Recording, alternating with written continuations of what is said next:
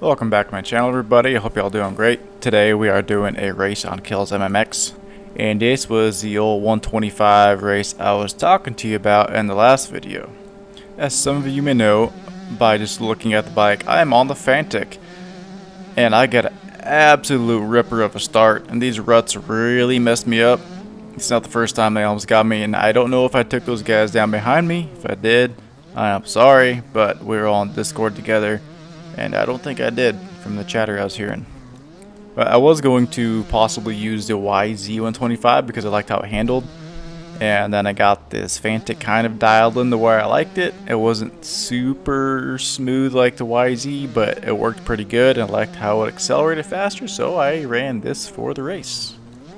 I think all I did for the gearing was maybe go up one tooth in the rear. And then of course I stiffened all of the front suspension up, and then I fiddled with the geometry with the steering angle and the fork height. Now as you can tell, my lead didn't last that long. The fastest guy in the race caught up within like half a lap, but really this race was probably the most fun I've had in a long time in MX bikes. It really brought back the feeling of just, you know, pinning it to win it.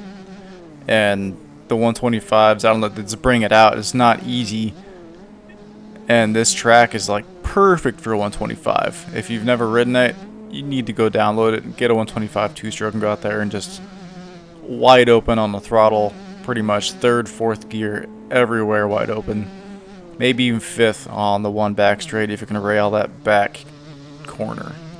But I'm playing with my old crew again because he runs it on his Discord. And we had a lot of fun. It was just a blast. kellz MMX is just a track that's really simple. If you have a 250, you can overjump basically everything. You can overjump that big table and get yourself in a lot of trouble if you're not careful with the throttle. And this jump was tricky, not to overjump or underjump it, because if you OJ, then you go into the far rut and it's pretty slow. A lot of this race is going to be basically me by myself on the screen, not a lot of challengers.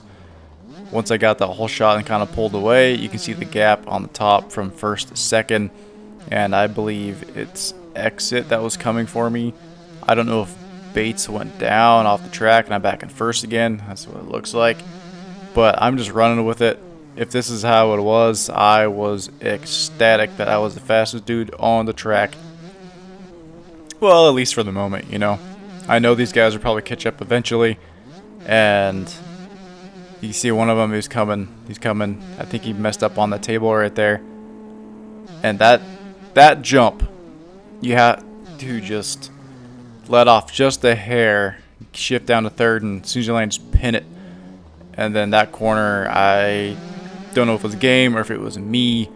I missed something, and I just went right over the berm.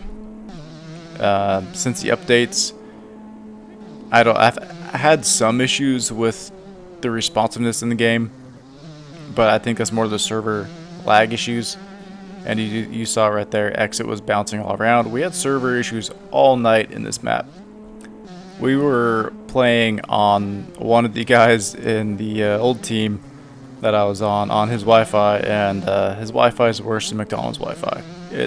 It's pretty slow, but it kept the race together somehow. I don't know. I got past exit. He got past me again. And exit, I think, has about the same amount of hours I do. He's a decent rider. And we both was railing as fast as we can. I caught him at the exit a little bit right there. And I was hoping I could have got him before this corner, but I would have been a lot to ask for. I'd have been a tall order. I tuck on the inside here. Try to go for it and just overdo it, tuck the front end, and now I'm back to just starting off from the back again and trying to get through this rutted section smoothly. And this race, like I said, it was the most fun I've had in a long time, because it's not like a 250, it's not like a 450. You have to wind these things out, and I would say they're probably kind of a great skill equalizer. because you can't rely on the power to get you out of something. You have to rely on your skill to get you out of something.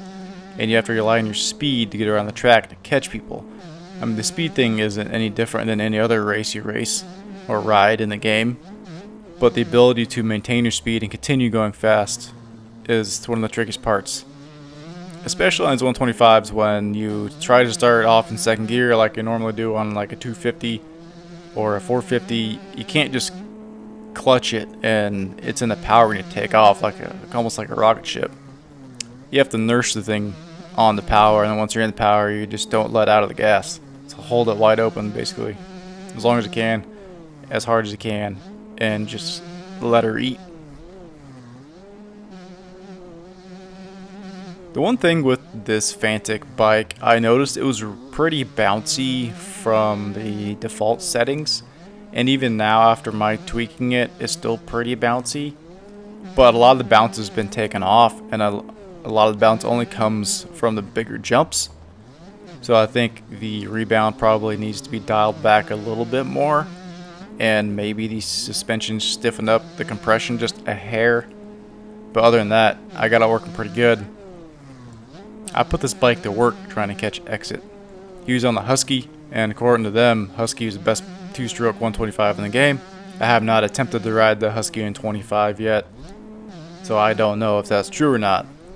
If you made it this far in the video, drop a comment down below. Let me know if the 125 Husky's true, like truly fast in the game compared to other 125s. And Exit crashed. Here's my chance to get past him. So far I'm doing good.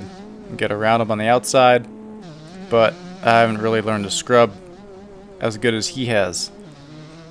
Somehow hold him off, but he gets fed up with me and he just punts me off the track right there.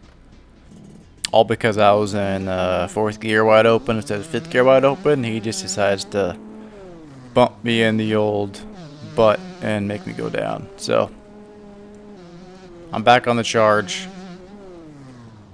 and just letting her eat. Well, this is actually quite a long video. This race ended up being like 20 plus 2 laps, but the server, like I said, had issues, so a couple guys saw the white flag 3 times. I saw it twice before checkers. So I'm gonna do a couple cuts here and there and just leave in what's important. Be right back. Alright guys, we have a white flag number 1.